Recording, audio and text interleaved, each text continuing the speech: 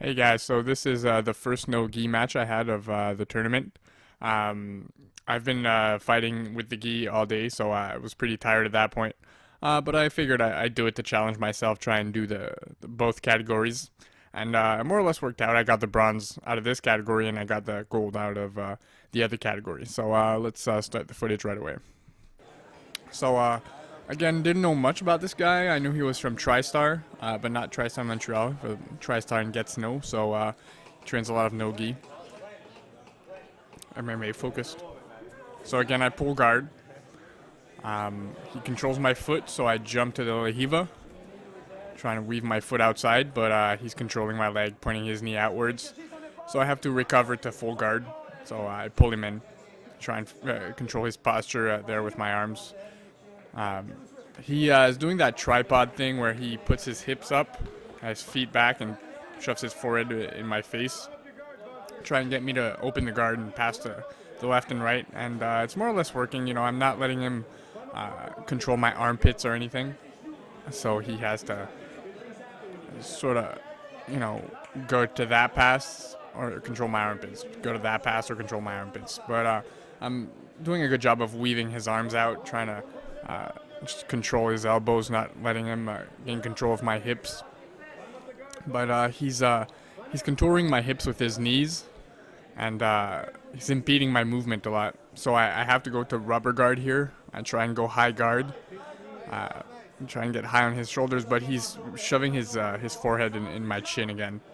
So putting a lot of pressure on my neck and my jaw. So I have to sort of let go a little bit, and that's when he gets control of my upper body a little more.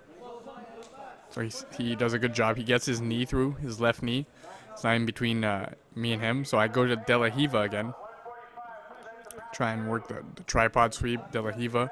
But there he goes for the Estima lock, a nasty foot lock. We'll see it again. So my left foot is in his chest. It's bent on his sternum. He goes, he cranks.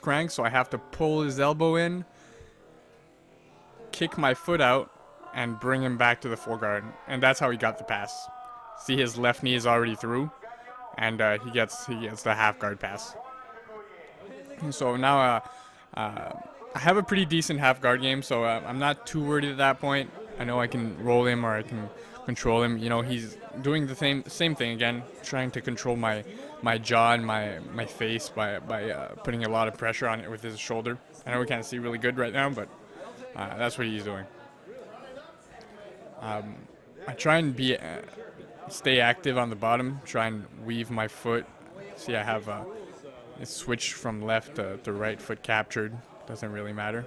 And I think he went for a Kimura a little too aggressively, so I got the roll out that way. See, I have the lockdown on his foot, putting pressure on his knee. He has to kick out, and that's when I get the roll.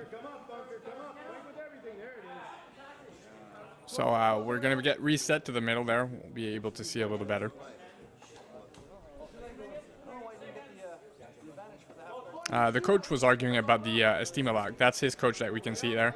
As he was saying it was legal, Glenn, who was a coach at Gracie Baja, was saying that it wasn't. And yeah, we're having this little argument, but it doesn't matter. He didn't tap me out with it. I didn't get hurt, so it didn't really bother me. So he goes to rubber guard. I've never been put in rubber guard at that point, so I don't know what to do from it. See, I should have kept stacking, but I give him the omoplata there. But I pull out really strong and get on top, but he captures my elbow and does a beautiful roll. That was really nice. So I get on top. He goes on all fours with his right armpit. He captures my right arm, and all he has to do is roll, and my shoulder's stuck on the mat, so I fall to the ground.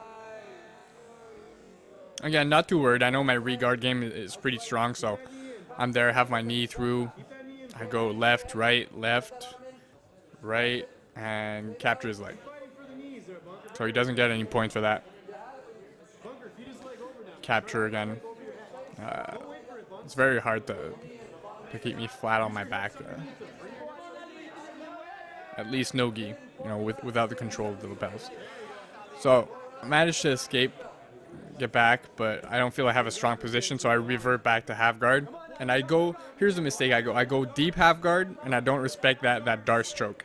So he captures my head, pushes it through, locks his arm, and starts applying the choke. I get the hook out.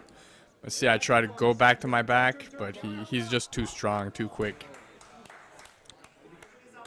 That's all TriStar right there. Just a beautiful choke. He's worried about me. He had the choke for a little while. My arm was trapped, so I couldn't tap right away, but I was fine.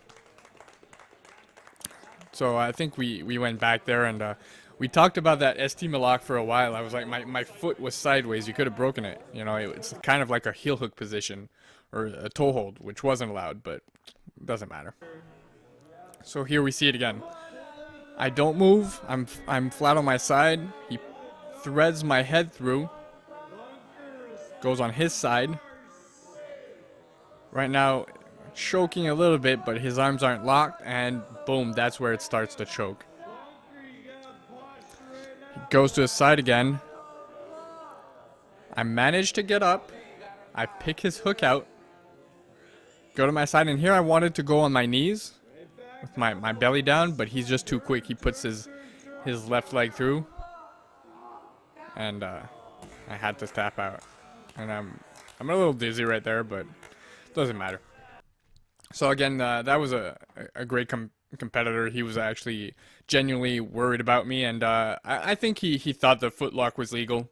So no bad blood on his part. So he ended up winning the whole thing, and that was my first loss. So I was out of contention for the gold at that point. So after that, I fought, and you'll see the other matches, and hopefully you'll enjoy them as well. So as always, have fun.